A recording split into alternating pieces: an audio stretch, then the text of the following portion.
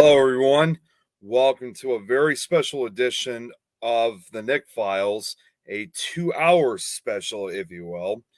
Uh, I know what some of you guys are probably thinking that this is the official return of the Nick Files. Not exactly quite yet, because this is going to be simply just a 2 hour special. I'm still technically on hiatus. Practically, this special is what I would consider more of a standalone show than anything. I still plan on coming back in October. And Pickle Tom, good to see you. I don't want to talk for too long because honestly, even though I got a full 2 hours, I don't really have a lot of time because this presentation I'm going to be presenting to you guys is the longest presentation and one of the most difficult that I've ever made. And I already know for a fact it's going to take over a good course of these 2 hours. Um, we're going to be focusing on this case, unlike some of the other previous slideshows I've done. We're going to be focusing on what's considered the deadliest natural disaster in U.S. history. So I'm going to get the slideshow ready now because, again, I really I hope I get through the whole thing because I'm really trying to avoid this to become a 2 hour. I don't really want a two-parter to this. Let me just get this up. And also for those that tune in for the majority of this, you can kind of say I'm just going to kind of warn you guys that the later part, as interesting as fascinating as this story will be, it will probably be emotional for some people because it's also quite a sad story to tell. The first part of it is pretty positive in the beginning, but then the story really starts taking a more gloomy and sadder turn. And once we get into it, you'll understand why. One final thing, just before we get started, is normally I'm sure a lot of you guys know that I usually get a lot of information about these different locations or events or whatever from websites, and I usually try to turn it into my own way. This is actually one of the few cases where I actually not only had to rely on websites, but I also even had to look up and even gather information from documentaries made by this event because they always seem to describe them a lot more detail. And on many occasions, yes, I would take some of that information, but again, try to make it, my kind of work by rearranging things. So some of the stuff, if you guys have seen them, some of it may sound familiar. I'm not trying to copy everything, obviously. It's just whatever information I was able to find about this. I'm going to assume this is Zach. Thank you very much. I really appreciate it. Okay, so without further ado, let's get started with this. Okay, as usual, I always have this issue. There needs to be a simpler way to get these tabs to work, on presentations. Just make sure the screen is showing. Give me 1 second here. What's going on, Robert? Good to see you. George Shoplin, good to see you. Okay, good. All right. So from this point on, as all you guys know, all too well as I say for every show, unfortunately, from this point on, I'm not going to be able to really see and show comments. So I'm just going to have to rely on the phone nearby so I can read everyone's comments. So if I do miss something, I do apologize in advance. But it's just the way it is with PowerPoint and StreamYard. If I had a secondary monitor, that would be great. But anyways, without further ado, let's begin. So, on this 2 hour special of the Nick Files, we'll be talking about what I call, and is also based on a book title, Isaac Storm, the Great Galveston Hurricane of 1900, considered considered the deadliest U.S. natural disaster. Natural disaster in U.S. history. In fact, for some of you who don't know, tomorrow is actually the anniversary of that tragic event. So let's just go with a quick introduction of modern times. September 14th, 2021. Galveston, Texas is in the grip of Hurricane Nicholas, a category 1 on the Saffir-Simpson scale. The eye of the storm is still several hours away, but massive waves are already crashing on the seawall. This 17-foot high barrier is the island's best hope and defense for survival. It's also a reminder of the worst natural disaster in the country's history more than 120 years ago. Galveston, Texas. Sorry, I guess there was some issue here, but here's actually some of the older photographs of it. Again, I don't know why they appear so well. There's a lot of information that I put onto this. So here I introduce you guys to Galveston, Texas. At the turn of the century, it's one of the most exciting cities in the United States. Known as the Wall Street of the Southwest, as it houses 5 of Texas's largest banks, it was the 5th largest city in Texas, but the wealthiest by far. It was an era of grandeur, opulence, grace, and charm. Galveston had many magnificent homes, castle-like houses, quaint Victorian cottages, and ornate buildings. It was the first city to have electricity in Texas, along with gas lighting, telephone, telegraphs, and railroad service between the town and anywhere in the United States. At the 1900 census, the city's population is 37,789 people. Believe it or not, as it says here, it was the 3rd richest city in the United States at that time. In less than 10 years, Galveston had grown by a staggering 30%. Like many port towns, Galveston is a diverse city, teeming with sailors, European immigrants, and black laborers. It's a city of well-kept churches, tree-lined boulevards, and dozens of saloons. Galveston owes its success to good timing and geography. The island hosts a bustling deep seaport perfectly situated to handle the country's thriving cotton and agricultural trade. The business district is headquartered in the Strand, named after a famous London street. This was the financial center not only of Galveston County, but the entire state of Texas. Merchants could bring in goods off the boats directly out of the back of their buildings and then sell them out the front.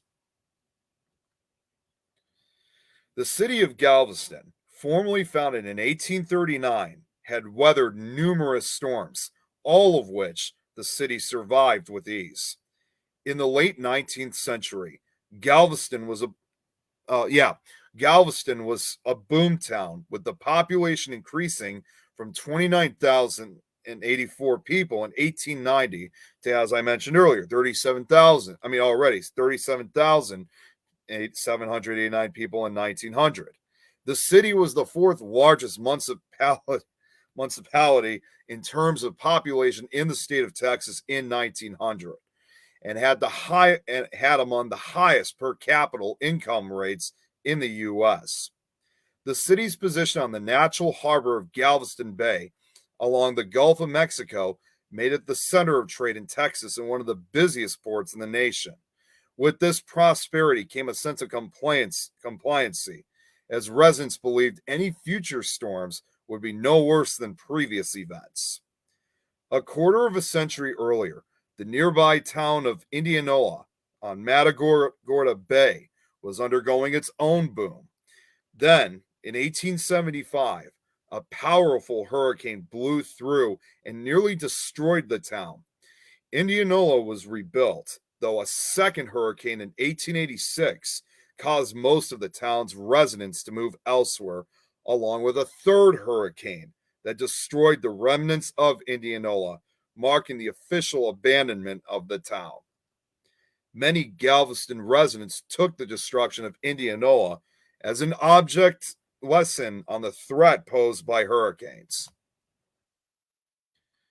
Galveston is built on a low, flat island, little more than a large sandbar along the Gulf Coast, about 30 miles long and 3 miles wide, connected to the mainland by 3 railroad trestles and a wagon bridge. Its highest elevation is less than 9 feet above sea level. To the north, the shallow waters of Galveston Bay. To the south, the Gulf of Mexico.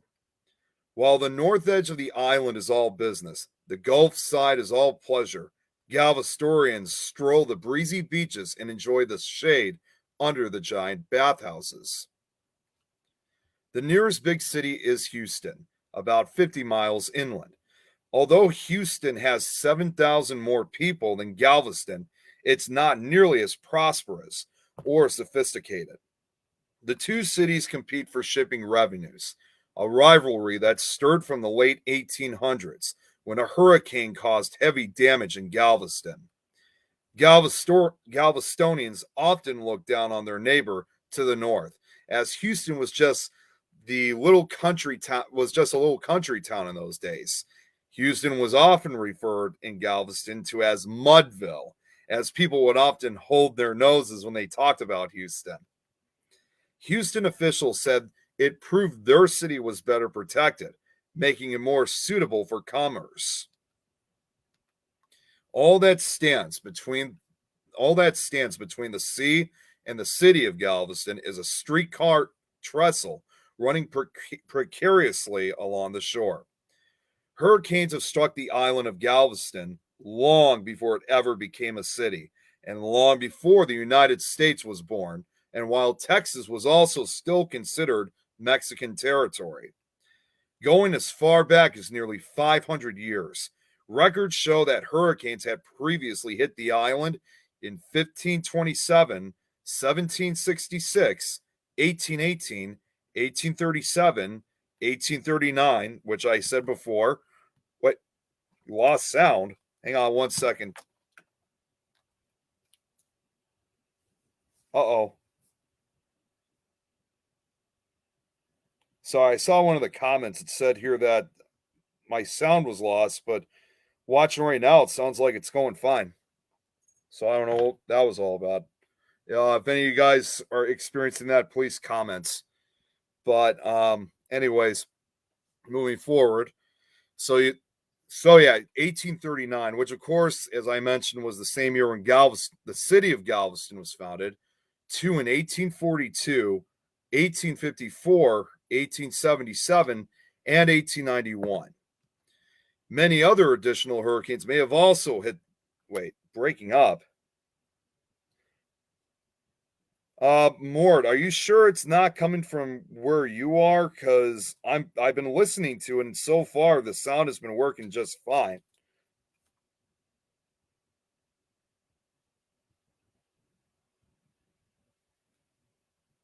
Hold on. Not sure what's. Yeah, I got a feeling, Mort, it's coming from your side.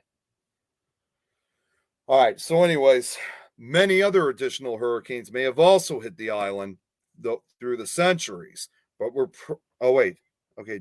What's up, Jill? I see you. Yeah, it's working.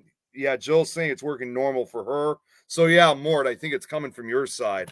It's because I've been listening to it. The sound works fine on my end. So, anyways, many other additional hurricanes may have also hit the island through the centuries, but were probably never documented and have been lost to time.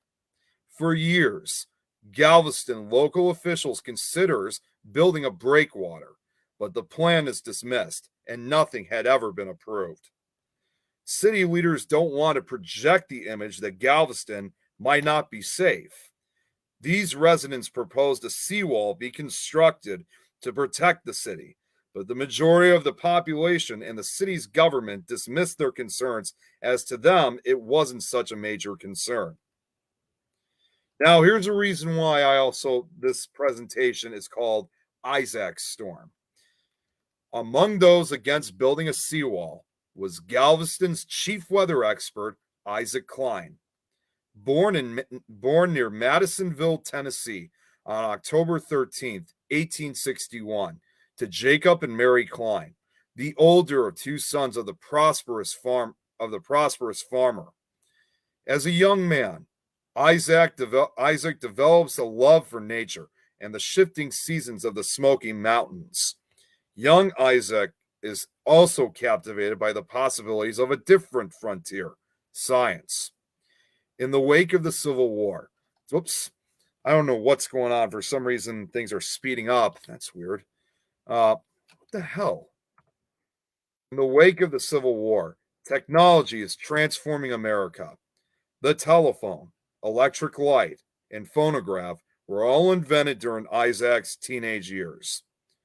And with the spread of the railroad comes the prospect that a vast and damn it, I don't know what's going on here. It's really acting weird.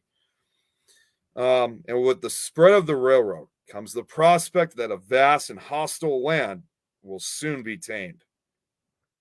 In 1878, Isaac Klein enters nearby Hiwassee College, where he excels in mathematics, chemistry, physics, Latin, and Greek. What's going on? Oh, Irene, good to see you. How are you?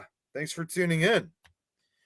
He also develops a fascination with the cutting edge field of meteorology. In 1882, 20-year-old Isaac is recruited and joins the weather service of the United States Army Signal Corps, which later is renamed the U.S. Weather Bureau. At this time, it's just a far-flung system of observation posts. Its forecasts are notoriously inaccurate, and its observers have a reputation for independence and corruption. There was a lot of scandals going on. A lot of the offices were being used for other activities besides studying meteorology. To survive, the Weather Bureau would have to clean up its act. Isaac Klein was considered the Weather Bureau's great hopes. A little mistype right there. He was intelligent. He was aware and participated in the latest scientific investigations of his day. And he wanted to bring that expertise and that level of professional behavior and deportment or demeanor to the Weather Service. He rose through the ranks in various cities.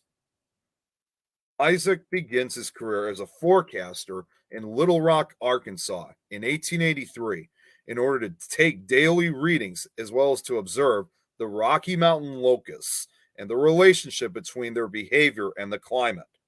The locusts evidently learned that Isaac had been put on their trail and disappeared. Things were really limited back then. Basically, what they could see is what they could measure. They could measure the temperature with thermometers. They can measure the pressure with barometers. Some of them had hydrometers to measure the humidity. That's about it. They were very focused on what they could see right in their immediate vicinity. It doesn't take long for Isaac to make a name for himself within the Bureau. He had an inexhaustible level of energy and curiosity. He was a multitasker before the term had ever been invented. In addition, in spare time in Little Rock, to doing all the observations that were demanded of a full-time observer, he went to medical school, graduated and earned a doctor of medicine from the University of Arkansas in 1885, and became a physician. He also begins duties at Fort Concho Weather Station. Later in Abilene, he helps edit The Reporter, which was a daily and weekly newspaper. Isaac was very ahead of his time and was very well respected because he had 2 college degrees. Most people at that time only had 4th grade education or less. Isaac even finds time for less scientific pursuits. In 1886, after being transferred to Abilene, Texas, he met Cora May Bellew, an organist at the local church. Within a year, they married on March 17, 1887. Isaac Klein had a reputation for being a very stern person. Cora May, on the other hand, was someone who everyone loved. She had long red hair and was supposed to be a lot of fun, very warm, friendly, outgoing, and gregarious. On December 10th, their first child, Allie Mae, was born. 2 more daughters, Rosemary and Esther, are born over the next 6 years. In March 1889, 27-year-old Isaac received an honorable assignment. A Texas section of the Weather Bureau was being established, and he is chosen to head the U.S. Weather Bureau's office in the thriving port city of Galveston to organize and oversee it. Isaac Klein and his family arrive in the early part of that year and are nearly overwhelmed by their good fortune. By 1890, 28-year-old Klein settles in as head of the city's U.S. Weather Bureau office, which is located on the third floor of the Levy Building on 23rd Street in the heart of downtown. He spends each day taking readings and collecting meteorological data. Each day, Klein and his staff telegraph the data to Weather Bureau headquarters in Washington, D.C. Klein stayed with the office when it became part of the U.S. Weather Bureau in the 1891 transfer from the Signal Corps to the Department of Agriculture. In 1892, Isaac's younger brother, 21-year-old, oh, that's weird. I don't know why here it is. In 1892, Isaac's younger brother, 21-year-old Joseph Klein, also began working as a meteorologist at the Galveston Weather Bureau. In 1895, Klein introduces the Weather Bureau to the 24 to 36-hour forecasts. That same year, the Klein brothers receive a new boss when President Grover Cleveland names 39-year-old Willis Moore to head the National Weather Bureau, who was a very controlling and very ambitious man. One of his top priorities was to bring the Weather Bureau a higher level of credibility. During his time in Galveston, aside from running the weather office, Isaac Klein also taught Sunday school at his church, was a professor at the local medical college, and in 1896 earned a Doctor of Philosophy degree from Adran Male and Female College, which is now Texas Christian University. But the consequences of Moore's ambition, however, will soon leave the city of Galveston dangerously vulnerable. In years past, those local observations would have included data from Cuban forecasters who had pioneered the science of hurricane prediction. In April 1898, 2 months after the sinking of the USS Maine off the coast of Cuba, the Spanish-American War begins. For years, the U.S. Weather Bureau had relied on Cuban observers to transmit storm warnings to the American mainland. But now, with Cuba under U.S. military control, the U.S. government installed and assigns its own observers to the island. The U.S. weather observers felt that the residents of Cuba were a little better than aboriginals. They also felt a little bit threatened by the Cuban meteorologists. Washington believed the Americans were more scientific and therefore more credible than their Cuban counterparts. But the reality of it was that in the 1890s and early part of the 20th century, the Cuban forecasters, whether the American meteorologists wanted to believe it or not, were probably the best in the world for understanding and predicting hurricanes. They not only had, damn, what is going on with this thing? It's just having a mind of its own. They not only had some very good station observations with barometers and anemometers to measure the winds, but they also had a good idea of how the physics worked in hurricanes. In fact, the Cubans had a far better track record and well-deserved reputation for accuracy. That same year of 1898, as well as into 1899, Isaac Klein also spends time in Mexico, where he established his weather stations for use in forecasting weather for the U.S. fleet that was fighting the Spanish fleet in the Caribbean and West Indies. In August of 1900, Willis Moore moves to silence the Cuban forecasters altogether. At the peak of hurricane season, he decrees that only weather information gathered by U.S. observers can be sent over public telegraph lines. This was widely protested by the Cuban meteorologists as being not merely completely arrogant, but so indefensible because this was hurricane season. This was the time when people most needed to have the best and most accurate projections that people at the time could get. This would later prove to be a fatal mistake. Isaac Klein actually wrote an article in 1891 in the Daily News, which he said that a seawall was not needed due to his belief that a strong hurricane would not strike the island. As a result, the seawall was not built, and development activities on the island actively increased its vulnerability to storms. Sand dunes along the shore were cut down to fill low areas in the city, removing what little barrier there was to the Gulf of Mexico. That article, published in the Galveston News years earlier, claimed it would be impossible for any cyclone to create a storm wave which would materially injure the city. The continental shelf is very shallow, so we felt like the waters would spread out and not be able to bring up any big waves or a giant storm surge. He declared the city safe from hurricanes. Oops. Isaac clearly believed in his own predictions. He builds a stately house just 3 blocks away from the beach and moves in shortly afterwards with his wife Corme and 3 young daughters. His brother Joseph also moves in with them. Perched on stilts, the house rests above 2 feet above the highest watermark ever recorded in Galveston.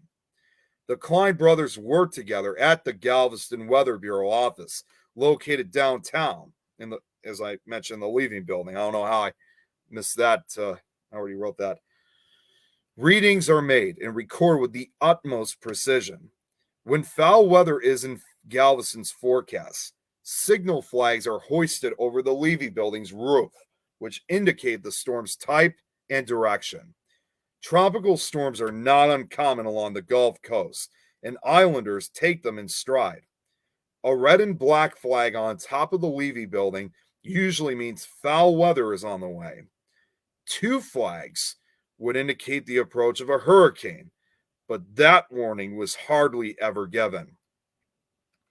Then, sometime near the end of August 1900, a storm takes shape between Africa and the Caribbean and emerged into the Atlantic Ocean. However, this is not completely certain because of the limited observational methods available to contemporary meteorologists, with ship reports being the only reliable tool for observing hurricanes. The first formal sighting of the tropical storm occurred on August 27th, about 1,000 miles east of the Windward Islands, when a ship encountered an area of unsettled weather. Over the next couple days, the system moved west-northwestwards and is thought to have maintained its intensity as a weak tropical storm before it passed through the Leeward Islands and entered the Caribbean Sea on August 31st. By then, it has traveled due west and is about 200 miles south of Puerto Rico. On September 1st, Father Lorenzo Gangoy, I think that's how you say his last name, the director of the Bellin College Observatory in Havana, Cuba, noted that the storm was in its formative stages, with only vague indications of a small tropical cyclone to the southwest of St. Croix. It continues its march, moving across the Dominican Republic and Haiti before changing course.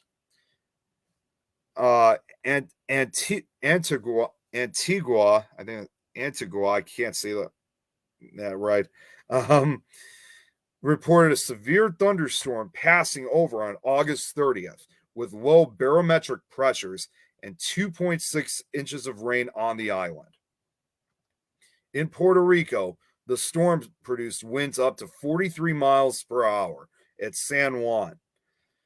In Jamaica, heavy rainfall caused all rivers to swell. Floodwaters severely damaged banana plantations and washed away miles of railroads. Damage estimates ranged in the thousands of British pounds. Monday, September 3rd. The system made landfall on Cuba near Santiago de Cuba. For the next 2 days, torrential rains pummeled the island before it moved slowly west-northwestward across the island, including a peak 24-hour total of 12.58 inches in the city of Santiago de Cuba. The city experienced its worst weather since 1877. The southern end of the city was submerged with about 5 feet of water. Firefighters and police rescued and aided stranded residents. St. George, a German steamer, ran aground at Daiquiri. A telegraph from the mayor of Trinidad, who was asking for assistance from the U.S. occupation government, indicated that the storm destroyed all crops and left many people destitute. It then emerged into the Straits of Florida as a tropical storm on September 5th. As the system emerged into the Straits of Florida, Gangoit observed a large persistent halo around the moon, while the sky turned deep red and cirrus clouds moved northwards.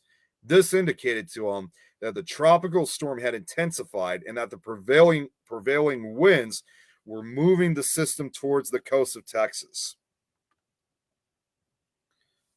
However, the United States Weather Bureau disagreed with this forecast as they expected the system to recurve and make landfall in Florida.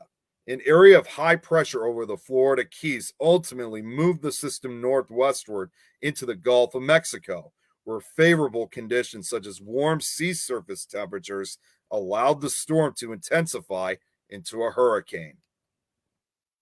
Tuesday, September 4th.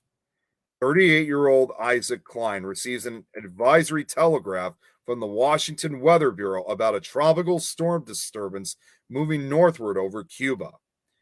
Isaac takes note, but is not alarmed. Additionally, neither this telegraph or any further updates mention the word hurricane. At the time, believe it or not, they discouraged the use of terms such as hurricane or tornado to avoid panicking residents in the path of any storm events. Wednesday, September 5th. Initially, as the storm moved across Cuba and into the extreme southeastern Gulf of Mexico, all the indications by the American weather observers in Cuba were that the storm was going to move north, which would take it into Florida and ultimately up the East Coast. The typical path where it looks to them like an ordinary tropical storm. As a result, the central office of the Weather Bureau issued a storm warning in Florida from Cedar Key to Miami on that day. Between the U.S. weather observers, there was nothing really to be concerned about the storm. And yet the Cubans, who had experience with many different kinds of hurricanes, knew that something was off. The Cubans are convinced the storm will veer west toward the Gulf of Mexico. The Weather Bureau forecast had no way of knowing the storm's trajectory, but because Willis Moore has cut off their access to telegraph lines due to tensions in the aftermath of the Spanish-American War, their concerns never make it to the mainland. Moore also changed protocol to force local Weather Bureau offices to seek authorization from the central office before issuing storm warnings. It's a forecast Galveston never hears. An area of high pressure over the Florida Keys ultimately moved the system northwestward into the Gulf of Mexico, where favorable conditions such as warm sea surface temperatures allowed the storm to intensify into a hurricane. Again, this is some of the same information that is repeating. News of the storm reaches Galveston, Texas that day, but it barely even makes the papers, and no one paid very much attention. The Klein brothers keep a close watch on their instrumentation, however. Isaac has seen the reports out of Cuba, but remains confident that the storm would not harm the city. Tuesday, September 6th. Hurricane warnings are issued for the coast of Louisiana and points east. Later that day, the warning is in effect along the coast from Cedar Key to Savannah, Georgia, while storm warnings were displayed from Charleston, South Carolina to Kitty Hawk, North Carolina, as well as from Pensacola, Florida. Advisories are given as far north as Boston, Massachusetts. In the eastern Gulf of Mexico, the ship Louisiana encountered the hurricane, whose captain T.P. Halsey estimated that the system had wind speeds of 100 miles per hour. The hurricane continued to strengthen significantly while heading west-northwestward across the Gulf. Observers on the Mississippi and Louisiana coasts report storm damage overnight. Cuban forecasters adamantly disagreed with the Weather Bureau, saying the hurricane would continue west. One Cuban forecaster predicted the hurricane would continue into central Texas near San Antonio. Isaac Klein monitored the cloud cover and winds, but there was nothing unusual about the day. Friday, September 7th. Sometime that night, the storm shifts west towards the Gulf of Mexico. It is where track of the storm was lost. It's not supposed to be farm. I don't know how that happened. It was far away from land. It was out in the open and was out in the open water. At the time, what they knew of storms was that when they keep it was that they keep moving north. But their assumption was proven to be wrong. As it traveled through the Gulf of Mexico, which was already superheated from the especially hot summer, it basically acted as a heat engine with an inexhaustible supply of energy to draw upon. The wind speed builds as the storm feeds ravenously on the heat of the Gulf water. It keeps strengthening, and once it reaches winds up to 74 miles per hour, a hurricane is born. This giant storm was moving forward probably at only about 10 miles an hour, which is usually the average speed for a typical hurricane. Very slowly and significantly, because as it moves, building more power, suddenly this fairly routine tropical cyclone became a massive and destructive monster hurricane. The system reached its peak intensity with an estimated sustained winds of up to 145 miles per hour, which made it equivalent to a category 4 hurricane on the modern day Saffir-Simpson scale. That day, the Weather Bureau realized that the storm was continuing west. Again, they're saying some of the same stuff again, across the Gulf of Mexico, rather than turning northward over Florida and the East Coast as it had predicted. In Galveston, the day begins with little indication that a destructive force is sweeping across the Gulf of Mexico toward the island. Isaac Klein remains unaware that a hurricane is heading their way. That morning, he stands on the city's Gulf shore and carefully surveys the sea. A strong wind was coming out of the northwest, and the tide was rushing, which is an unusual circumstance as it was driving water out of the bay. He knew the name for this, as this was called a storm tide. Swells, which were little larger waves that came farther apart and pounded up on the beach with a different sound than the standard waves. Far in advance of hurricanes, these fairly large waves that come in long intervals, maybe a couple minutes between each, and are actually swells that are generated by the hurricane, and they move way in advance of the storm, so it acts kind of like a precursor. When Isaac returns to the office, a new report has been received from headquarters in Washington. The tropical storm they thought was heading north has now veered west, and Galveston should brace for high winds and heavy rain. Isaac isn't worried, as he had written 9 years earlier. The thought that any storm could seriously damage Galveston is an absurd delusion. While the day is hot and humid, the barometer isn't showing any signs of falling, and wind speed remains stable. Somewhere out in the Gulf, ships are being lashed out by the hurricane, but Isaac has no way of knowing. There was no ship to shore at this point, so even if a ship encountered this hurricane, they had no way of getting word to shore. So Klein and the other weather stations are relying only upon land-based weather forecasting installations. Isaac Klein put all of his faith in those limited tools. Like many of his era, he believes that the technology right in front of him is all that he needs.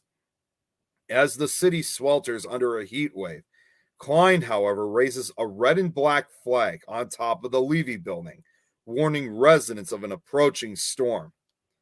It was one of the hottest periods ever in Galveston's history. The humidity is almost unbearable. The waves lapping against Galveston shores are as warm as bathwater. The beaches are filled with bathers taking advantage of Galveston's Gulf side, local, playing in the surf, and the island's bathhouses provide little relief. Among them are the children who live at the nearby St. Mary's Orphanage. The orphanage, founded in 1866, and also was the first children's hospital in the state, was a wonderful beachfront property, which consisted of two-story dormitories with big balconies overlooking the Gulf, and were right off the beach just behind salt cedar trees and sand dunes. Oh, jeez, the cat's yelling. The location seemed ideal as it was far from town, and the threat of yellow fever, which I've heard many of these orphans' parents actually had died from. So that's where, many people who were suffering during the yellow fever epidemic, many of these children were sent to this particular orphanage. At the time, there were 93 children and 10 sisters. And this is pretty much the only known photograph and probably the most famous photograph at the same time of all the sisters that were there, along with all the orphans that lived at the orphanage. But during this time when the hurricane occurred, they watched as the waves crashed noisily into the Galveston shore. That evening, however, the winds turn calm and the bright moon shines down. The Klein brothers finish their work and return to their family. Isaac's wife, Cora May, is pregnant with their fourth child and retires early. By midnight, Isaac is asleep as well. A city sleeps, unaware that the hurricane out in the Gulf is becoming a monster and heading their way. Isaac's home, being only 3 blocks away from the beach, is so close enough to feel the reverberations from the pounding sound. That night, he awakens to the persistent sense that something is not right, but as usual, had no particular concern that anything was coming. He falls back to sleep, feeling safe and secure.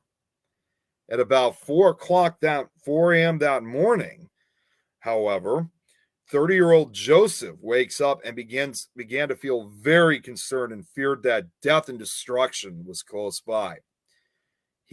Joseph looks out a window and sees the backyard is under several inches of water. He knocks on Isaac's door and wakes his older brother, as Joseph has the sense of impending doom and believed that floodwaters were coming in and approaching the house. Together, they go to the beachfront, and they saw these great waves breaking on the south shore. They also know the winds were coming in strong from the north, and the tide moving up towards the center of the city. Joseph believed that the worst was about to happen, but Isaac dismissed his concerns and said that he will be the one who will determine whether or not to notify Washington, D.C. of anything unusual happening that day. Isaac assures his brother that they can check their instruments in the morning to see if Joseph's premonitions have any basis. Unaware of the danger approaching them, the hurricane is relentless, making its way towards the island. 120-foot swells ripple across the Gulf. Winds up over 150 miles per hour scream westward over the open sea. I don't know why it says long. Pressure plummets around its eye, and spiraling winds carry it over 1 million tons per second. The key part of the storm is an area known as the eye wall. It's the intense band of convection that forms around the center of low pressure. The very high winds are concentrated around that core of thunderstorms in the middle of the hurricane. Along the eye wall, the wind begins to blow so fast that they create a central. Hang on. Okay, sorry. I had some something was going on with my phone. Give me give me 1 second here, guys.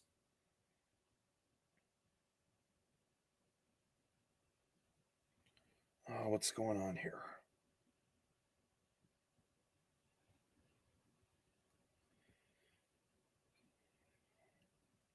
Um. Okay. I don't know what that was all about. That was just weird. Okay. Along so along the eye wall, the wind begins to blow so fast they create a centrifugal force. They are literally lifting the surface of the sea, creating a huge circular formation that stretches up to 2 miles above the open water. The ocean rushes outward from the course of the storm, producing what is often the most dangerous and lethal part of the hurricane, the storm surge.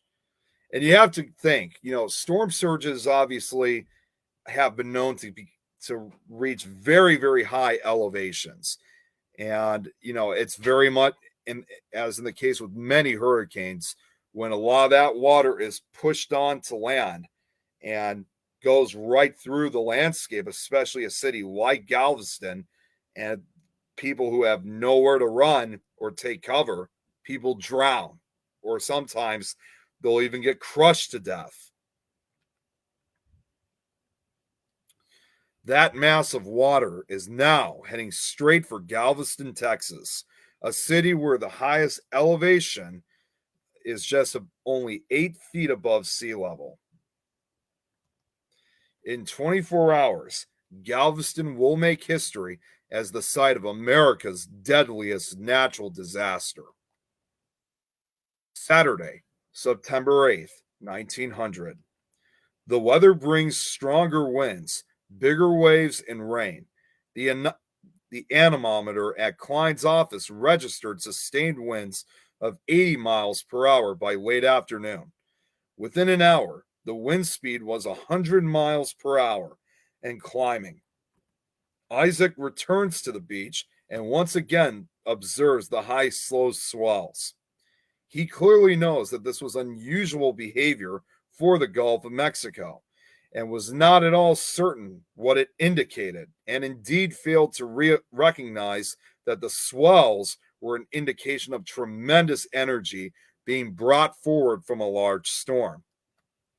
Isaac returns to his downtown office and notices the barometric pressure dropped only slightly than the night before.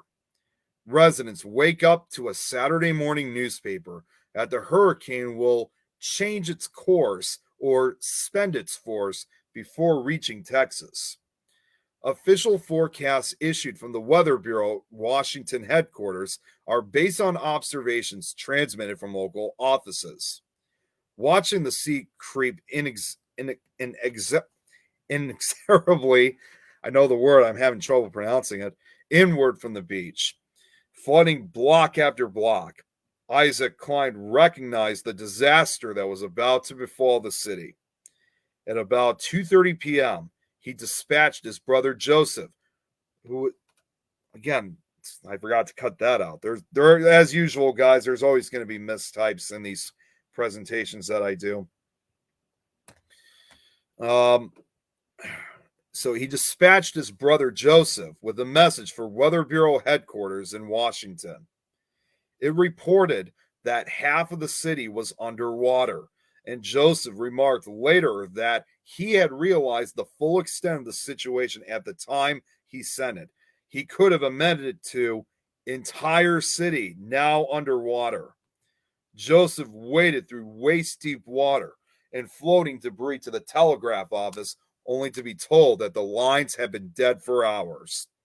One phone line to the mainland still functioned, however, and the intervention of a friend who worked at the local telephone company moved Joseph's call ahead of 4,000 others, waiting to be connected by the Galveston operator.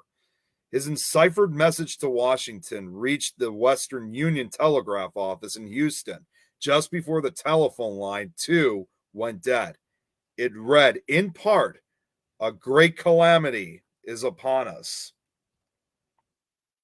On Saturday morning, the swells persisted despite only partly cloudy skies. largely because of the unremarkable weather. Hang on a second, just trying to get back onto the Things Network page so I can see who's been talking right now. So, largely because of the unremarkable weather, few residents saw cause for concern. As a result, residents were expecting a rainy, windy afternoon at worst, but continued going about their business. After 8 a.m., heavy rain began to fall on the island. People celebrate the end of the summer and heat wave that plagued them for days as well. Few people evacuate across Galveston's bridges to the mainland, and the majority of the population was unconcerned by the rain clouds that began rolling in by mid-morning. And this gives you a primary example of how people were not terribly concerned despite the amount of flooding that was beginning to spread throughout the entire city of Galveston.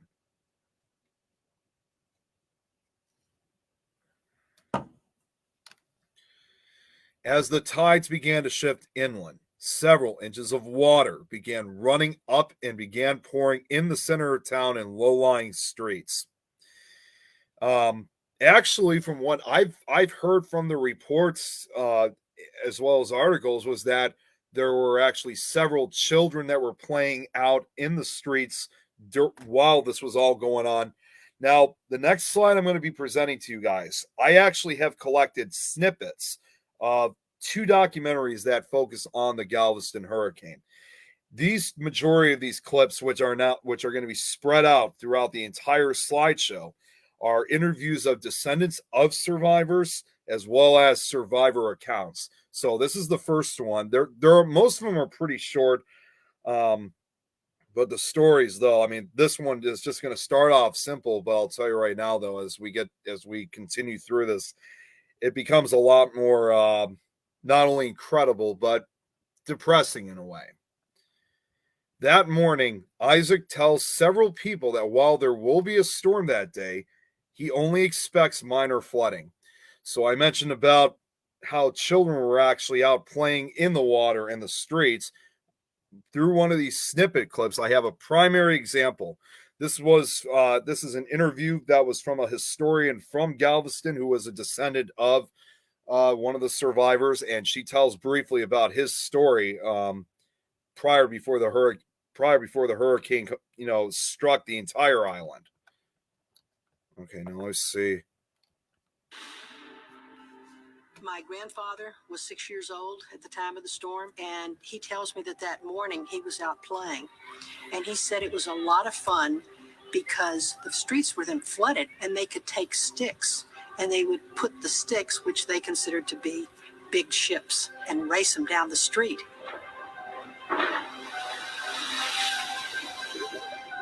They would look at the beautiful waves crashing, and they'd go, wow, that's awesome.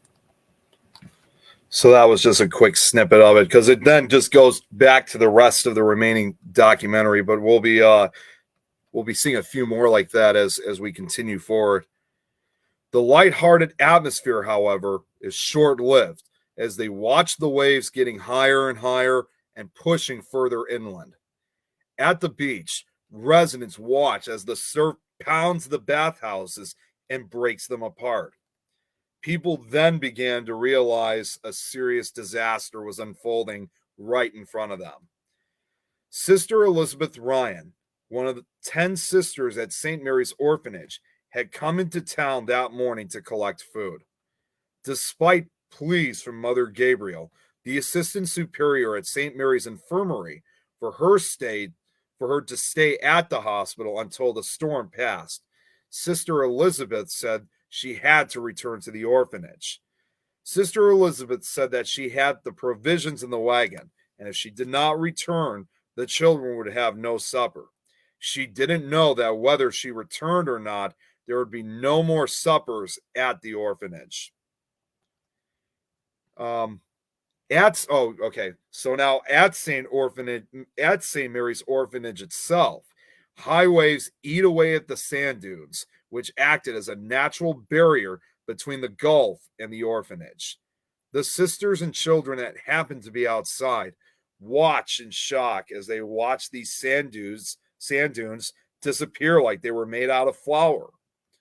With the waters of the Gulf getting closer to the dormitories, the sisters then took all of the children to the girls' dormitory because it was the newer, sturdier, and stronger of the two. Just after 10 a.m., the Galveston Weather Bureau gets a telegram from Washington, D.C., predicting that the wind direction will change from northwest to northeast.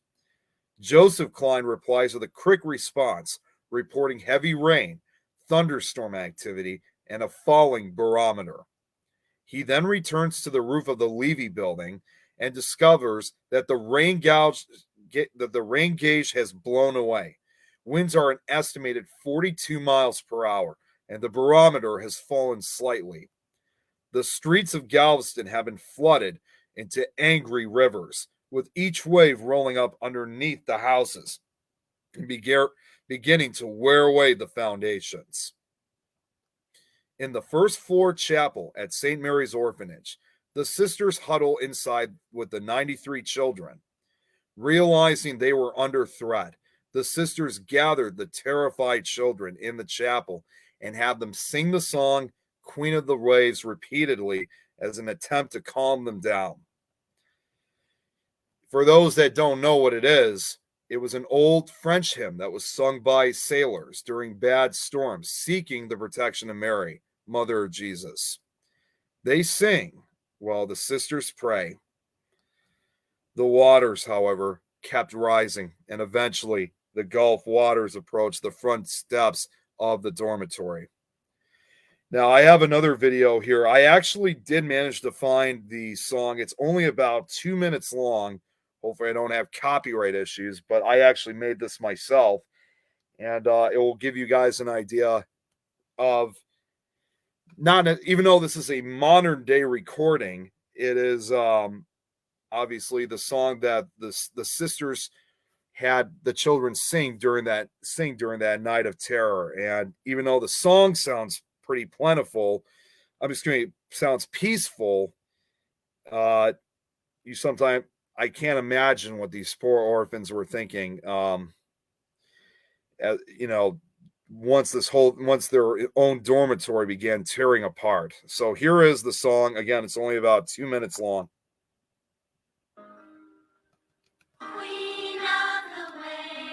Hopefully you guys can hear it.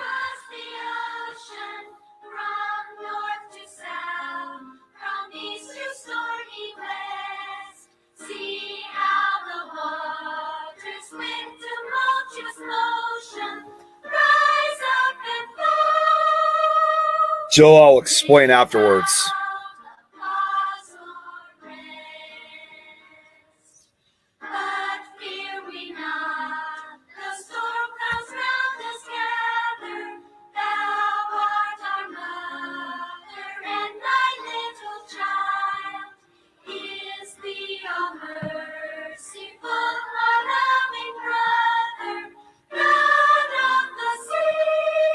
Anyone who ever hears this song usually will always associate this with the Galveston hurricane.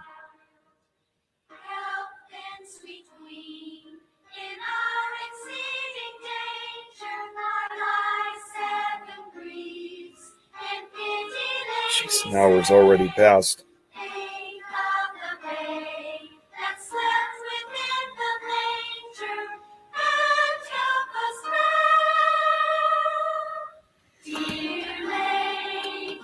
I think there's one more course afterwards. Yeah, these are all actual photographs that were taken around from the orphanage at that time. There was only 6 of them I was able to find. So an hour has already passed. Jeez.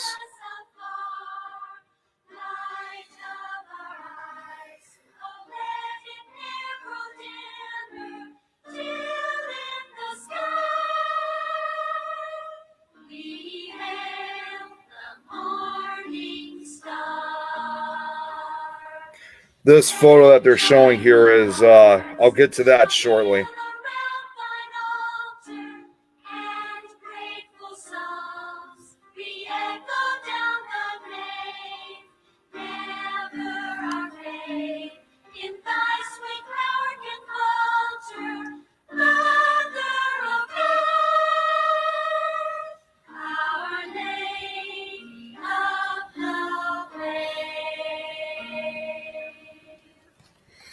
Yeah, it can be sometimes quite emotional for some. I've been watching your comments, Jill. Years of shaving off the tops of sandhills and dunes to fill low spots for buildings and expand beaches had flattened the island's profile. By mid-afternoon, hurricane force winds are tearing across Galveston and was rapidly disappearing underwater. Monster waves hammer the coast. It is a telltale sign the hurricane has arrived. Many residents out in the street are swept by their feet by the rushing flood waters. Residents, realizing the danger of what was happening, began fleeing in panic. By 12:30 p.m., the streetcars are unable to move and the water is rising higher. At this point, it was no longer an island. It was simply now part of the ocean floor. At 2:30 p.m. from the weather station at the Levy building, Isaac Klein can see the water rising from the streets downtown. By then, Isaac Klein realized that something extraordinarily wrong was in fact occurring. He then instructs his brother Joseph with a message for Weather Bureau headquarters in Washington, D.C. Isaac raises the hurricane flag, but by then it was already too late. It re- it reported that half the city was underwater. Oh wait, again they're showing some of the same stuff. I forgot to get rid of this. That's weird. All right, so skipping these three because I already read these. No planned evacuations were made, and the train trestles and wagon bridge were washed out. There was now nowhere to escape. John Blagden, a weather observer at the Galveston Bureau, who at 5:15 p.m. he goes to the Levy building room to take the latest measurements. Oh, geez, that was weird. I can see why it was a little bit lower than usual.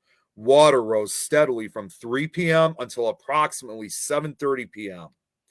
When he looked at the instruments, he found that the winds were so strong that they had ripped all of the instruments used for measuring velocity from the top of the building. Blagden stays at the weather office while Isaac goes to care for his family. Just how great a calamity was becoming all too apparent by the time Isaac, waiting more than walking, made his way to his home. Water in the streets was waist deep and rising steadily. The timbers that had formed the city's wooden sidewalks floated atop the water like a crust, and winds in excess of 80 miles per hour hurled timbers through the air. When Isaac reached home, he is greeted by his wife, his three daughters, and finds dozens of people and their families, approximately 50 people, already sheltering there, neighbors and strangers who, like the Kleins, saw it as a place of safety. The water was soon 9 feet deep, engulfing the first floor, and the group abandoned it for the second, but the house remained secure against the storm. Little did Isaac or anyone know that his house will prove to be the worst place in the city to try and ride out the storm. At 5:30 p.m., Isaac's brother Joseph arrives home. He tells Isaac that the storm is gaining strength and believes that staying this close to the coast will mean certain death for everyone. He tries to convince Isaac and everyone that their best chance for survival is to take cover in the center of town towards higher ground. But Isaac declared the safety of his house preferable to the rising waters and flying debris outside, which led to an argument between the brothers. 6:15 p.m. As the two men argue, the winds of the hurricane shift direction. They are now coming from the west. It's a telltale sign that the eye wall, the worst and most destructive part of the storm, has officially arrived. 6:30 p.m. Isaac stands at his door as 120-mile-per-hour winds shriek past his house. Then, at 7:30 p.m., Isaac watches in horror as the water outside the house rises 4 feet in just 4 seconds. imagine, I mean, just seeing something like that, that had to have been quite a horrific sight to have seen. And just imagine the terror that these people had felt. This hurricane, it knocked down all the telephone lines, it knocked down all the telegraph lines as well. It's washed out the bridges. There is no way to get off, no way to reach out to anyone for help or assistance. So at this point, you are basically completely and totally alone from the outside world. That had to have been a terrifying moment for so many of these residents. The barometer plummets, indicating foul weather ahead. The hurricane brought with it a storm surge of over 15 feet that washed over the entire island. An additional 5 feet of water had flowed into portions of the city by 8:30 p.m. The cyclone dropped 9 inches of precipitation in Galveston on September 8th, setting a record for the most rainfall for any 24-hour period in the month of September in the city's history. Oh, I got another video. Oh, wait, I thought that was a video. I'm sorry. Uh, Again, this was such a large presentation that wasn't able to really kind of keep track of when each video shows up. In the Levy building, John Blagden reads a reading of 20.4 inches, lower than anything the Weather Bureau has seen on land. As the floodwaters surge into St. Mary's Orphanage, going back to the orphanage, and collapse of the building appeared imminent, the sisters rushed the children to the second floor of the dormitory. I don't know if I already said. Oh, I don't think I did. So they rushed them to the second floor of the dormitory. Suddenly, a giant wave crashed into the boys' dormitory, where it collapsed and was carried away by the floodwaters, which increased the fear of the children, which they began to scream. And while the sisters attempted to calm them down, have them sing Queen of the Waves again repeatedly, the sisters had Henry Esquire, a worker, collect clothesline rope. Again, they had the boys and girls sing Queen of the Waves.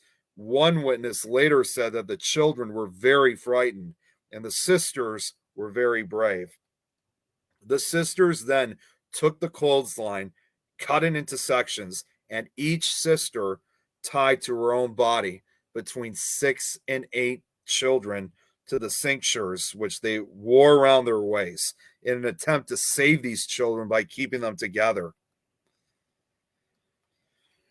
Jill, I see your comment at this point. You have to remember, no one really knew this hurricane was coming. So by the time they realized that this was a hurricane, they didn't have any chance of escaping. It was a valiant yet sacrificial effort to save the children. Some of the older children climbed onto the roof of the orphanage. The waters filled the first floor, and eventually the dormitory building that had been the sanctuary for the children and sisters was lifted from its foundation, floated briefly, collapses with the bottom falling out, and the roof came crashing down, trapping the sisters and the children as it sank. We will get to the fate of what happens to them a little bit later on this. Now, it should be noted, there are no photographs of the hurricane in progress. All that's left are artists' interpretations of Galveston being swallowed alive. I mean, right here is a lithograph of the 1900 storm. The survivors are clinging on to pieces of debris or trying to, climb onto roofs, just trying to do whatever they can to survive.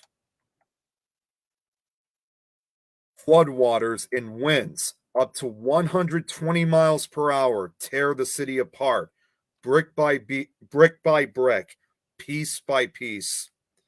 When the houses went down, people then got tangled into the debris and drowned. Few streets in the city escaped wind damage, and all streets suffered water damage, with much of the destruction caused by the storm surge. All bridges connecting the island to the mainland were washed away, while approximately 15 miles of railroad track was destroyed. Wind and storm surge waves also downed electrical, telegraph, and telephone wires. Wow, Jill, that's quite amazing. Wow. Even already, this is even though I've learned this story, know this story for so long, it's still sometimes a little bit kind of difficult to tell. The surge swept buildings off their foundations and dismantled them. Many buildings and homes destroyed other structures after being pushed into them by the waves, which even demolished structures built to withstand hurricanes. So this just really shows how powerful this hurricane was, and no matter where you were or where you were hiding, it didn't matter. There was no safe place. I mean, and imagine, I just have to say this. I mean, I'm even just hearing it in my head right now. The sounds of that night, the screaming of people must have been absolutely horrific. Children screaming for their mothers, women crying out for help, men begging for mercy from God. And then all of a sudden, it would just be completely silent. That tells you right there and then someone's life had ended. So I got another clip here. Again, this was from the When Weather Changed History of Galveston. This focuses on, once again, another descendant of one of the survivors. Oh, wait, let me rewind this. My grandfather found something to act as a raft. He put his wife and his 5 children on the raft, but there wasn't room for him. So he grabbed the first thing he could grab, which was a piano. And he watched as some of the family were washed overboard and could not do anything to help them. Okay, so the next video then is survivor accounts. And again, they go from one to another, so they're not going to really fully tell the entire story. This was from the documentary of Isaac Storm. So here are the survivor accounts now. My mother, when she realized that the water was going to come in the house, she went out, got an axe. She chopped holes. Water would come up into the house and held the house on the ground. The house Yes, just collapsed. We were underwater. I never moved. We just sat there and drifted. We had left them. Remember that we were all frightened. My sister and I were the only 2 children. The water kept coming up higher during the storm. And then they have a second one right here, which is short. No one even faintly suspected the disastrous tidal. Hang on. We're having a frozen issue. No one even faintly suspected the disastrous tidal wave that was so swiftly moving in from the depths of the Gulf. Inside their home, Isaac and Joseph watch a sickening collection of debris floating by. And the debris that these brothers had saw was almost anything that you can imagine that came from this hurricane. I mean, it was everything. It was buildings, it was the remains of houses, it was animals, it was vehicles, horse carts, people. Just unbelievable. I mean, just had been an unforgettable sight. His house, though, still standing, is rapidly filling with water. 3 blocks from Isaac's house, though, the storm is tearing at the massive steel girders of the streetcar railroad trestle, more than 1,000 feet long. Then suddenly, the trestle breaks free and begins spinning and turning, heading their direction. I mean, this thing just breaks apart and is heading right towards them. And it's just moving all different directions like a giant scythe. At this point, Isaac can see this out his window and realizes that this may very well be the end. His brother Joseph grabs 2 of Isaac's children, 12-year-old Allie Mae and 11-year-old Rosemary, and jumps through a window. The trestle smashes. Hold on one second. The trestle smashes into the Klein family home, knocking it off its foundation. The house floats a little ways, then it tilted and sank. Isaac holds on to his pregnant wife, Cora May, but they are quickly separated, and Isaac watched as Cora May become tangled and trapped in the debris that had moments earlier been their home, and taken under as the house sinks. Isaac is then thrown underwater as he is crushed under debris and began to drown. Then somehow he is freed, most likely by some motion in the water, and finds himself on the surface. In the lightning flash, he sees his third and youngest daughter, 6-year-old Esther Bell, and begin to ride on a raft of debris.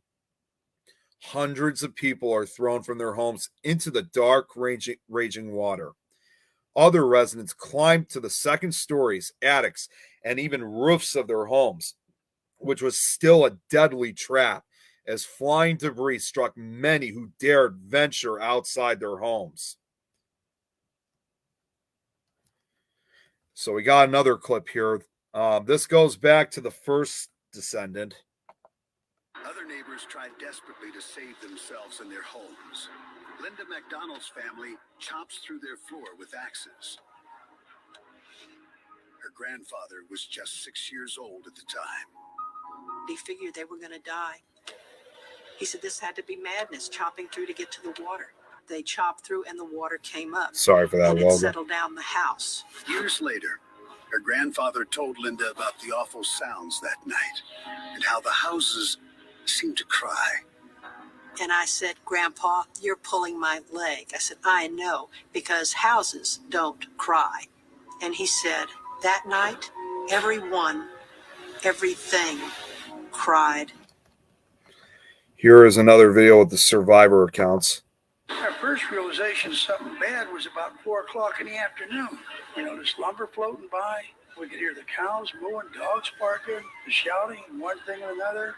At about 4:30, All of a sudden, my sister screamed and pointed into the door under the room next door, and that wall was leaving that ceiling.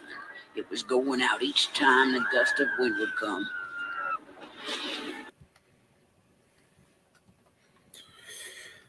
A river of debris.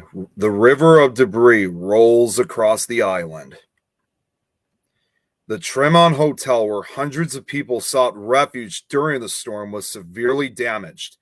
All public buildings also suffered damage, including City Hall, which was completely de-roofed, a hospital, a city gas works, a city waterworks, and the Custom House. The Grand Opera House also sustained extensive damage. 3 schools and St. Mary's University were nearly destroyed.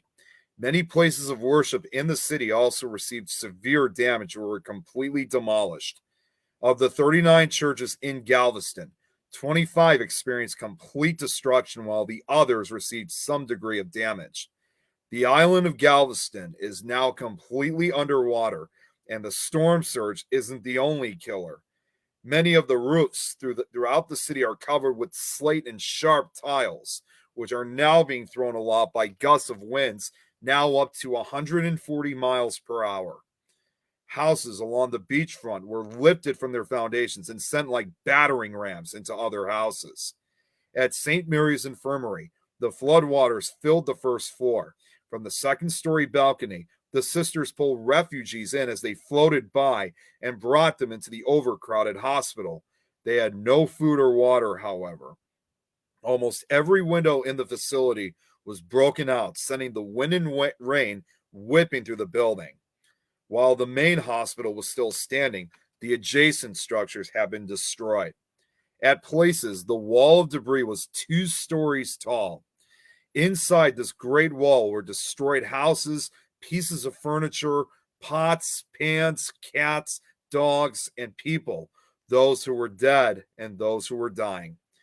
Joseph Klein manages to climb onto a raft with 2 of Isaac's 3 children. In another lightning flash, Isaac then could see his brother and managed to reach out onto the raft of debris in the howling wind with sounds of mayhem all around them, such as buildings being destroyed and shrieking of people.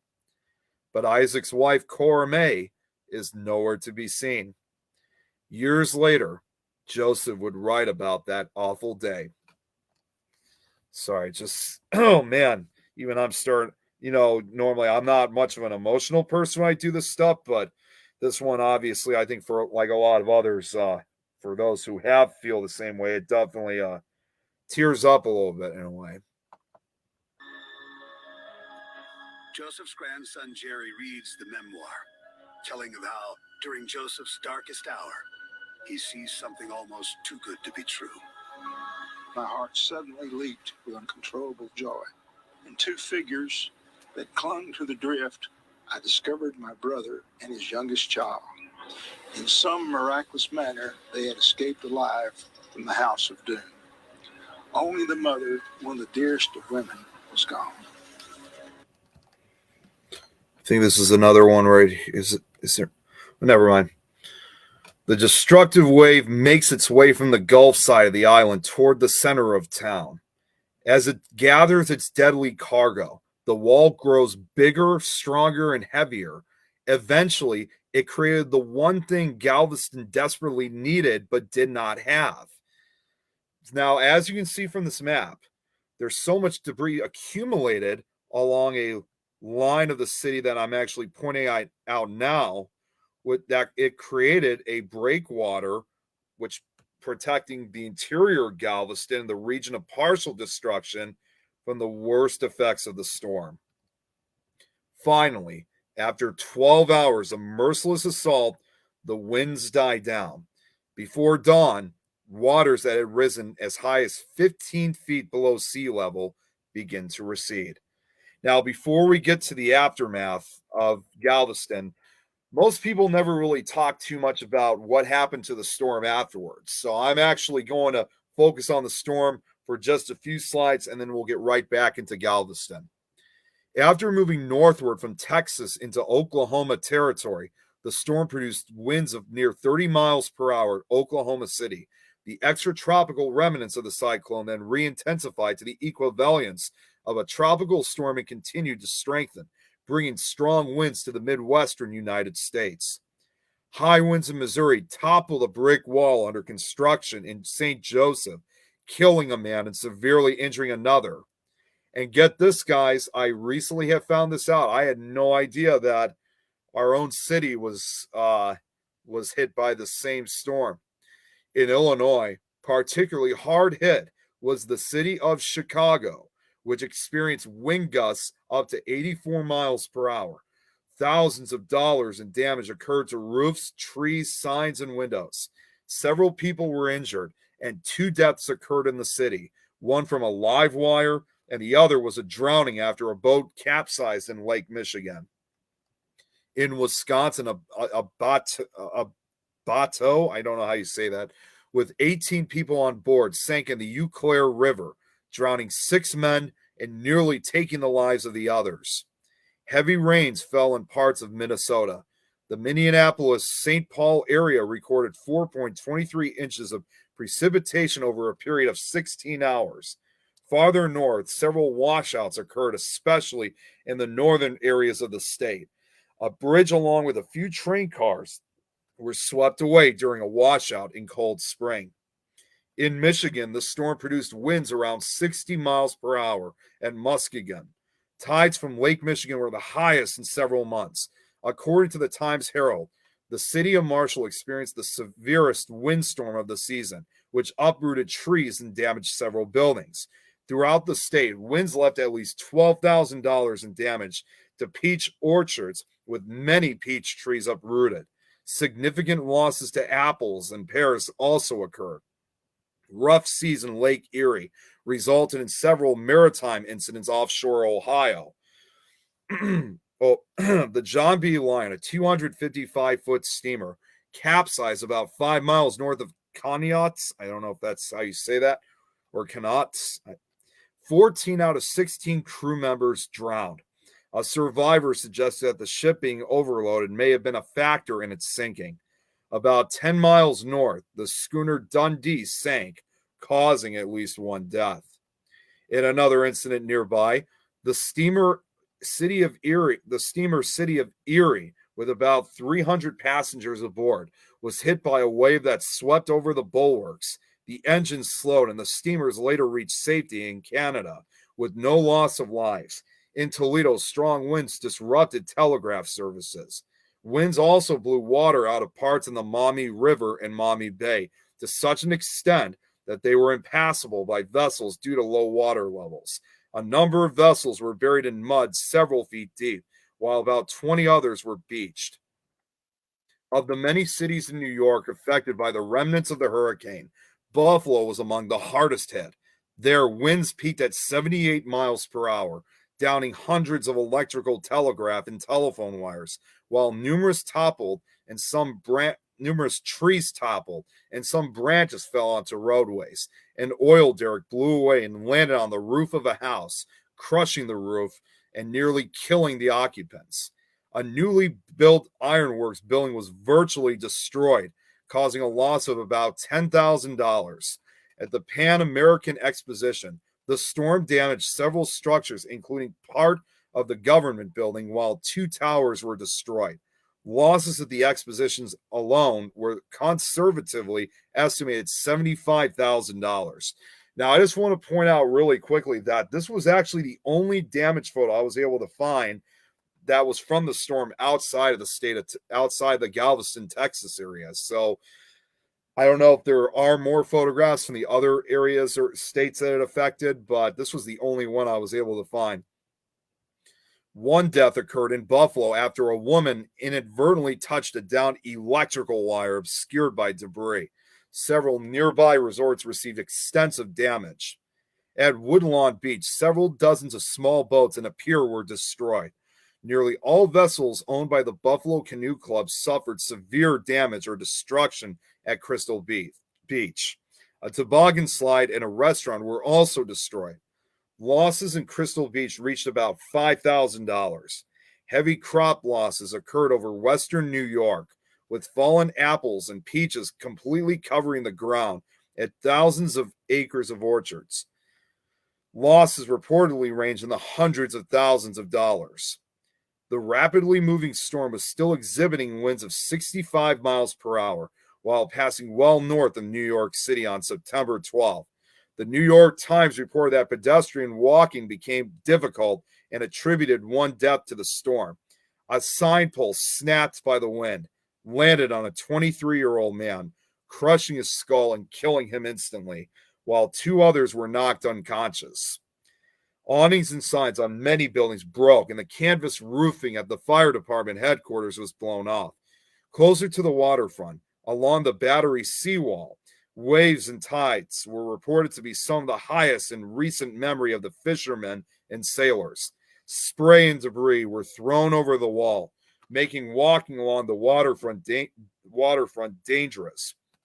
Small craft in New York Harbor were thrown off course, and tides and currents in the Hudson River made navigation difficult.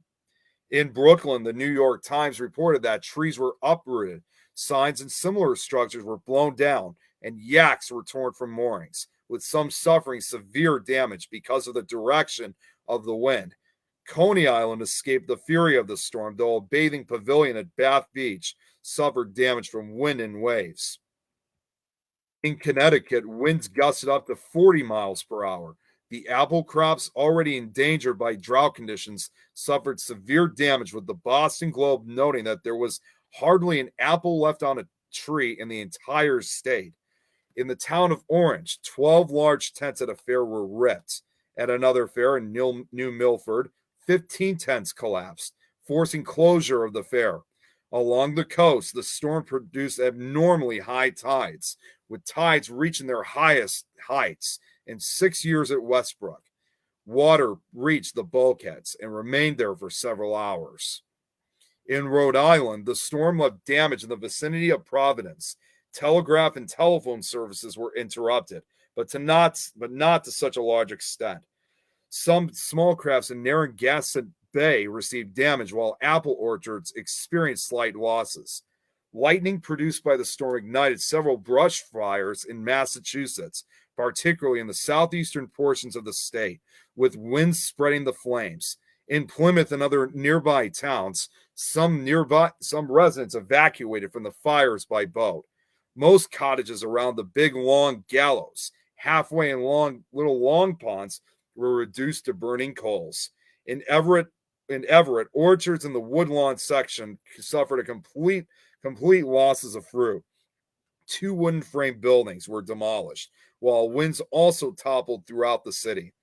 Winds damaged many telephone and electric wires in Cambridge.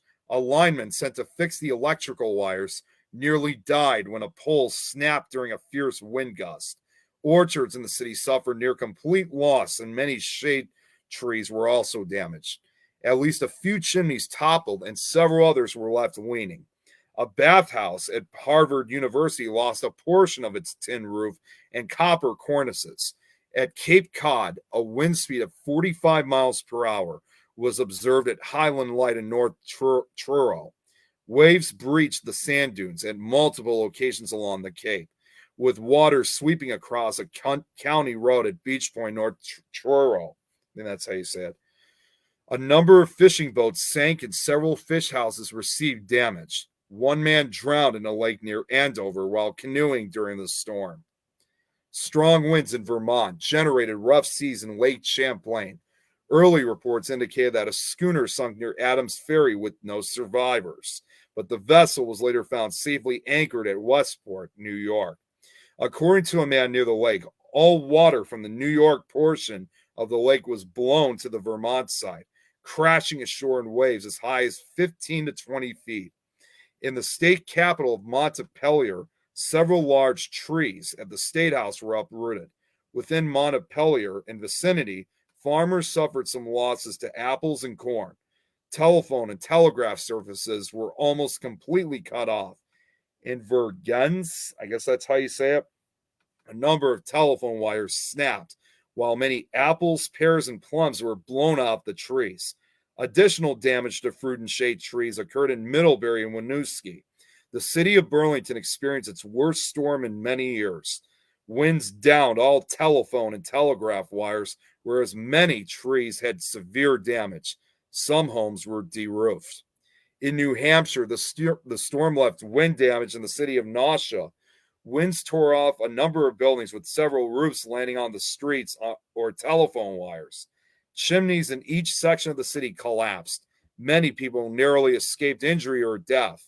In Nashua and the nearby cities of Brookline and Hollis, thousands of dollars in losses occurred to apple crops, described as practically ruined. The city of Manchester was affected by one of the most furious windstorms which visited the city in years.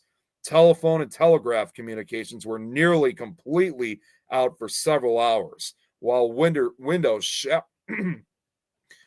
shattered and trees snapped. Street railway traffic experienced delays. In Maine, the storm downed trees and chimneys and caused property damage in the vicinity of Bidford. Damage from the storm throughout the United States exceeded $34 million. Now, finally, as we get to the final portion of what happened to the storm, was from September 12th to September 14th, the extratropical remnants of the Galveston hurricane affected 6 Canadian provinces, resulting in severe damage and extensive loss of life. In Ontario, the storm surge in Lake Ontario ranged from 8 to 10 feet, wreaking havoc on vessels, beaching several boats, destroying a number of boats, and sending some others adrift. Many other vessels canceled or postponed their departures. Winds as high as 77 miles per hour in Toronto, breaking windows throughout the city. A fire broke out at a flour mill in Paris, and the flames were fanned by the storm, resulting in $350,000 in damage to the mill and 50 other stores and offices. High winds downed electrical, telegraph, and telephone lines in many areas. Total crop damage in Ontario alone amounted to $1 million. Impact of crops was particularly severe at St. Catharines, where many apple, peach, pear, and plum orchards were extensively damaged, with a loss of thousands of dollars. One person died in Niagara Falls when a man attempted to remove debris from a pump station, but he was swept away into the river instead. Maximum rainfall in Canada reached 3.9 inches in Pierce, Quebec. In Nova Scotia, damage was reported in the Halifax area. A plethora of fences and trees fell over while windows shattered and a house under construction collapsed. 2 schooners were driven ashore at Sydney, and a brigantine was also breached at Cape Breton Island. Another schooner, known as Greta, capsized offshore Cape Breton Island near Low Point, with the fate of the crew being unknown. On Prince Edward Island, a few barns, a windmill, and a lobster factory were destroyed. Falling trees downed about 40 electrical wires. A house suffered damage after its own chimney fell and collapsed through the roof. Strong winds also tossed a boxcar from its track. A bridge and wharf at St. Peter's Bay were damaged. Fruit crops were also entirely ruined throughout Prince Edward Island. The majority of loss of life in Canada occurred due to numerous shipwrecks off the coast of St. Pierre and Miquelon, Newfoundland and Prince Edward Island. The overall death toll in Canadian waters is estimated to be between 52 and 232, making this at least the 8th deadliest hurricane to affect Canada. The large discrepancy between the fatality figures is due to the fact that many people were reported missing. Thus, the exact number of deaths is unknown. After striking Newfoundland later that day, the extratropical cyclone entered the far North Atlantic Ocean and weakened, with the remnants last observed near Iceland on Saturday, September 15th. So at this point, the storm has finally dissipated. Now, let's go back to where the worst damage occurred. Sunday. I'm sorry if the text is a little bit small, but I could read it still. Sunday, September 9th. A beautiful sunrise reveals an otherworldly scene on Galveston Island. As people emerged, so that day, people woke up the next morning. Those who managed to survive realized that they had been very fortunate, but you also had people who emerged from their houses or crawled from whatever raft of debris had allowed them to survive. They looked out onto the landscape of Galveston to unlike anything they literally had ever seen. More than 3,500 houses are destroyed. Thousands more are damaged. Entire blocks are swept clean. Familiar landmarks have disappeared. Some neighborhoods have literally vanished. Approximately 10,000 people in the city were left homeless, out of a total population of nearly 38,000. The survivors gathered outside after they found whatever dry land they could stand on and just started praying and singing. Rescuers could then hear screams and cries of survivors buried under tons of debris as they walked on the debris, trying to rescue those they could. And at first, they did whatever they could to dig and get them out using either their hands or any kinds of tools they could find. Many, unfortunately, are buried so deep in the rubble that rescue is impossible. And the survivors then came to realize there was no point in rescuing them. It was too late, and there was nothing they could do for them. Those who were trapped under the wreckage of the city were stuck for several days and basically cried themselves to death. The dead, thousands upon thousands, are everywhere, and so numerous that they quickly overwhelmed the local mortuaries and were already beginning to decompose in the warm, humid air. It is estimated that between 6,000 and 12,000 people, men, women, and children, lost their lives, although the number most cited in official reports is 8,000, which was still 20% of the island's population. I just want to point out really quickly, I know I only have a little bit more time left, but it is still an absolute shock and horrific realization that between 6,000 to 12,000 people had died in one night. And, when you see the storm surge that went through, it was just like a huge battering ram. It would just take out all these people and all these buildings and just smash them into the next one, into the next building. But it says most had drowned or been crushed as the waves pounded the debris that had been their homes hours earlier. A number of fatalities also occurred after strong winds turned debris into projectiles. Most of these deaths also occurred in and near Galveston. No one knows or will ever know the precise death toll from the hurricane of 1900. The storm and its aftermath was too chaotic for precise records. A survey conducted by the Morrison and Formey Company in early 1901 indicated a population loss of 8,124.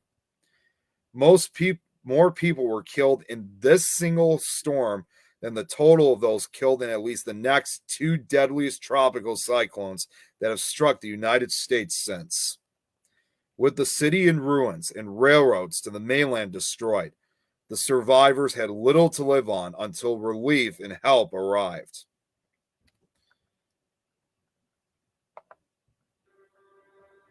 On the morning of the 9th of September, we didn't know what had hit us. There was no water. People The storm were had passing abated. by, screaming and crying for help, and had no clothes on. The wind had ripped all their clothes off. Now, here's a sample of some of the photographs that were taken just to show just the absolute devastation that occurred throughout the town.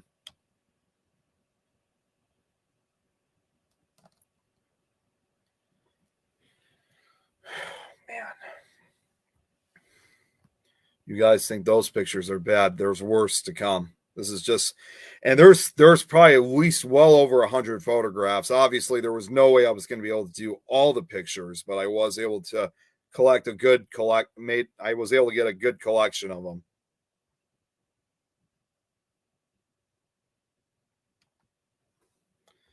Just give you guys a few seconds.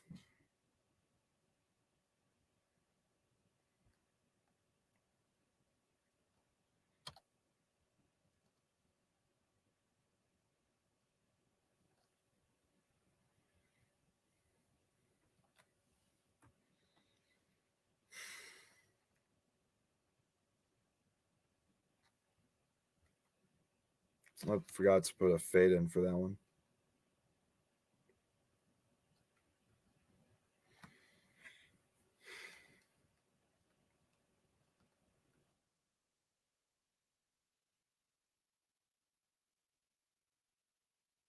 Just absolute devastation.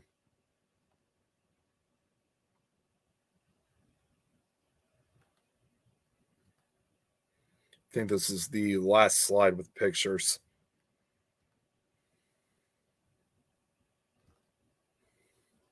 I'm sorry if I am going a little quick. It's just I only have limited time left. Damn it, I forgot to put a fan in too. Early property damages estimates were placed at $25 million.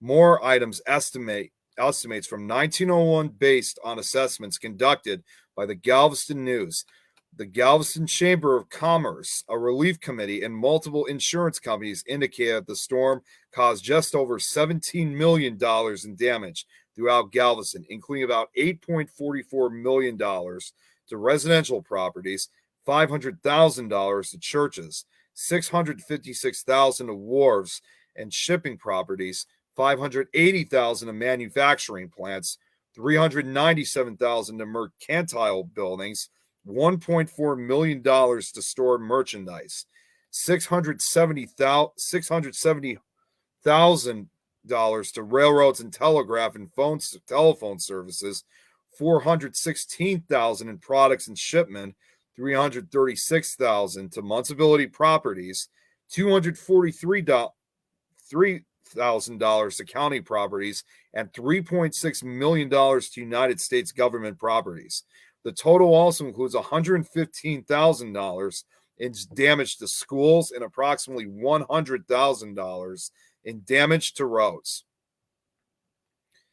The area of destruction, an area in which nothing remained standing after the storm, consisted of approximately 1,900 acres of land and was arc-shaped with complete demolition of structures in the west, south, and eastern portions of the city, while the north-central section of the city suffered the least amount of damage.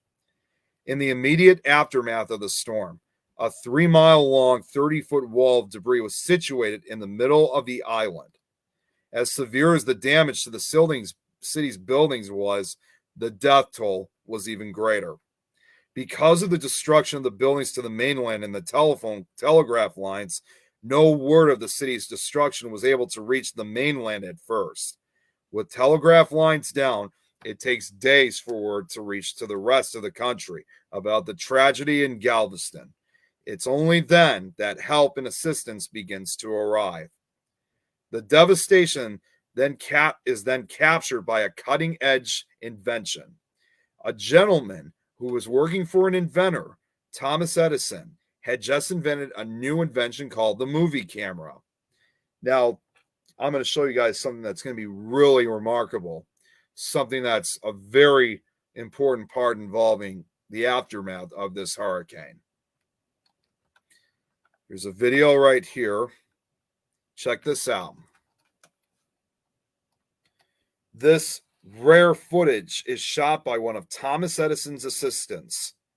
The movie camera is among the first of its kind. It is widely believed to be the first ever news film. Now, the story goes was that Texas guardsmen are leery of outsiders with movie cameras. So the assistant lied and claimed that his newfangled equipment was survey gear, helped to rebuild the city. The guardsman relents, and he films the only motion pictures of what's left behind by nature's most terrible assault on U.S. soil. Unfortunately, because again, I only got about 15 minutes left. So I'm just going to show just a little bit of sample of it, maybe a minute or so. And then unfortunately, I do have to move forward because I am starting to run out of time.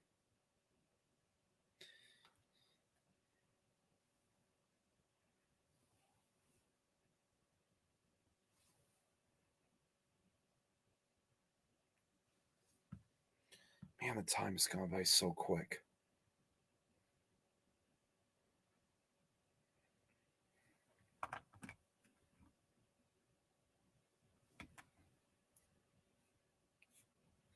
And as you can see, just like the photographs, you could just see in the footage itself, it's just absolutely devastating of what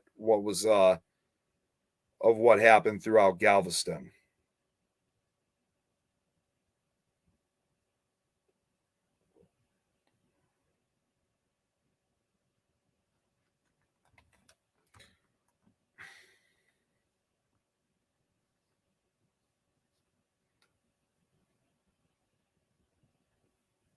All right. Unfortunately, I do have to continue moving forward. Again, I'm actually got a little bit lesser time than this. Okay, so next video, it shows film footage, but now we're going to get to another interview involving a descendant of one of the survivors. So this goes back to what we were talking about earlier. There are actually two stories in this. One that has a positive side and one that has quite a sad side. On the Weather Channel, you'll see tornado damage, and these homes are literally wiped out. Well, imagine blocks and blocks of that, to where there's no reference points. You can't see the corner grocery anymore.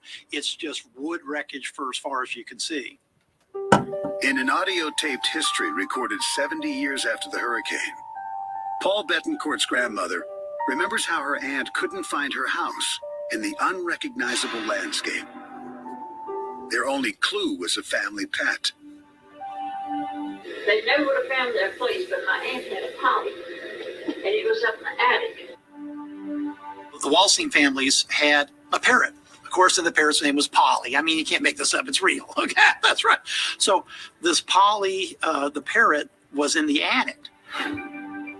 And the attic didn't go to pieces. It just sat on top of the house. The next month, the Polly was like, pretty Polly, pretty Polly. That's how they found where they lived. Other families are not as lucky. The grandparents of mine that lived in this house that was probably tumbling down the street, well, both grandparents and 4 sons and 1 daughter were all killed. But my grandmother and 3 older children were away from home, and they lived. Her surviving grandmother wrote about it years later. Never got home again or see anybody. Mother, father, 4 brothers. Oldest was 15 and a sister 22 months. Never found 1 body. I guess they washed to sea along with about 15,000 others that never had a chance. Okay. So, with thousands dead, there is no easy answer to do with all the remains. People began to realize quickly as the morning progressed on Sunday, September 9th, that the loss of life had been quite significant, as the first notice was the sickening odor throughout the city. It quickly then became apparent that some sort of strategy was needed. The dead bodies were so numerous that traditional burial is impossible, as the water table was too high and the ground was saturated. Taking care of the bodies is one of Galveston's immediate concerns. They then decided to place the bodies on a barge and take it out to sea, in which 700 bodies were taken out to sea to be dumped. Initially, bodies were collected by dead gangs or death crews, who stacked the corpses on push carts and wheeled them through the streets to the waterfront, and then given to 50 African American men who were recruited, which actually were forcibly recruited at gunpoint to load them onto barges for burial at sea. And basically they made them do all the dirty work, as shown here. However, 2 or 3 days later, now they did this for about 2 or 3 days when they discovered after Gulf currents they noticed that the now bloated corpses were washing back onto the beach, and as a result, a new solution was needed. So to prevent disease and pestilence, they simply decided to collect and burn the bodies to where they lay and found them.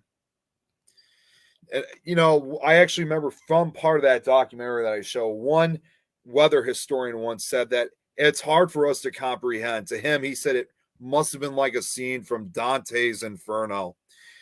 Funeral pyres made of scrap lumber and stacked corpses were set up on the beaches or wherever dead bodies were found and burned day and night for several weeks after the storm. The authorities passed out unlimited free whiskey as an inducement to keep working and to sustain the distraught men constricted from the gruesome work of collecting and burning the dead, and to deal with the horror. Smoke from the cremations filled the 24 hours night and day, as the wind was actually fairly light for the next couple of days, which resulted with the smoke settling in the city. The stench was everywhere. Many of the survivors would never forget the smell. Individual ritualized cremation was still new to Americans in 1900, and mass burnings of the dead were as disturbing in their own way as the sight of unburied corpses in the streets. Jeez. Here's one final account I have. I'd stand out there and watch them burn the bodies, and then I'd have nightmares and scream. Now, this is probably one of the most difficult parts of this entire slide. The teams of death crews spend the next several days roaming the city, collecting corpses all over the island. One of the dead crew men would later write in a heartbreaking account that while searching for victims, he found a small child in the sand of the beach where St. Mary's Orphanage stood. As he picked up the body of this child, he discovered that there was a rope around the waist of the child. He then pulled on the rope and found another child and continued pulling. finding more children in the sand until finally one of the sisters was unearthed. I think that tells you guys right there and then. It is the children of St. Mary's Orphanage. Tragically, all 10 of the sisters and 90 orphans died in the hurricane. Only 3 of the orphans, William Murnay, Frank Madera, and Albert Campbell, survived. Oh, I forgot to. Miraculously, all 3 ended up together clinging to a tree in the water throughout the night. After floating for more than a day, they were eventually able to make their way into town, where they told the Sisters of St. Mary's Infirmary about what happened at the orphanage. One of the boys remembered a nun, Sister Catherine, tightly holding 2 small children in her arms, promising not to let go. In the following days, the bodies of the sisters and children were found scattered across the shore, half buried in the sand. 2 of the sisters were found together across the bay on the mainland. One of them, Sister Catherine, was still devotedly embracing and tightly holding the 2 small children in her arms she had vowed not to release.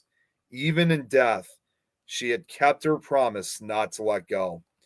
The heavy, coarse dresses and habits these brave women wore had made it impossible to stay above the water once they were wet. Each nun's group were buried wherever they were found, with the children still attached to them. Okay, so, oh man, I only got 3 minutes left. Damn it. It's just amazing sometimes how fast this all goes. All right, we're probably going to have to, damn it, we're probably going to have to end this early. I really didn't want to make a part 2 out of this. I may have to see if there's some open time for tomorrow so I could finish this up. This will be the last slide for now.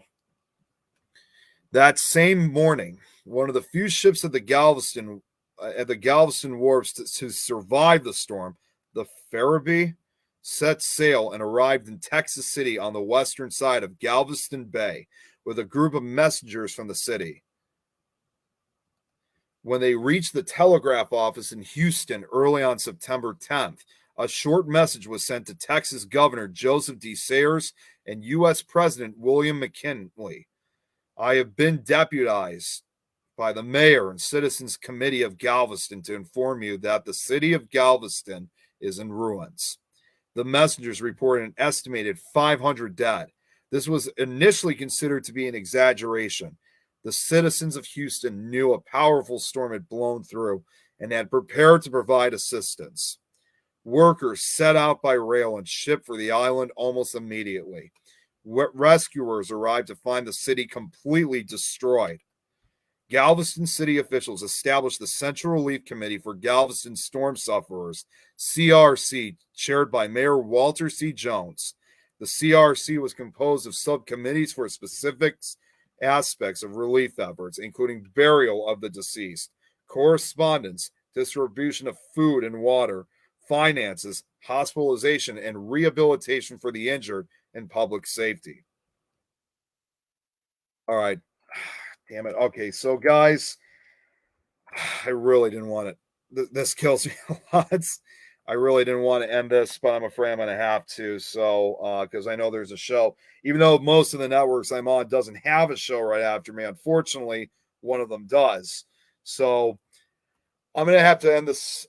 Sadly, I'm probably more than halfway through with this, but I'm going to see if I can try to finish this up by tomorrow. I'm not really, oh boy, it was quite a presentation. I really thought 2 hours would really help out, but I'm afraid not. So I will reach out to the networks sometime later tonight. And yes, it is, Jill. It really is an extraordinary story, but there's more to come. I mean, I really want to try to get to the end of this. Right now I'm on, I only have about 20 slides left on this. All right. I will check with, like I said, I will check with the network, see what's open for tomorrow, and maybe we could finish this up because I really don't want to reschedule this for next week. I'll see what I can do. Anyways, I got to get off because I know the next show is waiting. Guys, I know it was a lot of information I was giving, and I really do appreciate everyone coming in. I know it was a lot of talking, stuff like that, but in the end, I'm always doing this for you guys. So, and yes, I'm hoping I can get to the conclusion for tomorrow or so, because tomorrow is actually the anniversary. If I'm able to get to the last part of the slideshow by tomorrow, I probably would need no more than maybe an hour to end this completely. So I'll check in with everybody, and I will get back to you guys as soon as possible. Anyways, for now, thank you guys so much for tuning in. I know I told you guys this was a pretty difficult and depressing story, but there is a sign of hope at the end. So, like I said, I'll talk to you. Thank you guys so much again, and I will hopefully come back. I will hopefully be back on tomorrow before Supernatural talk. So thank you all again. You guys all have a great night.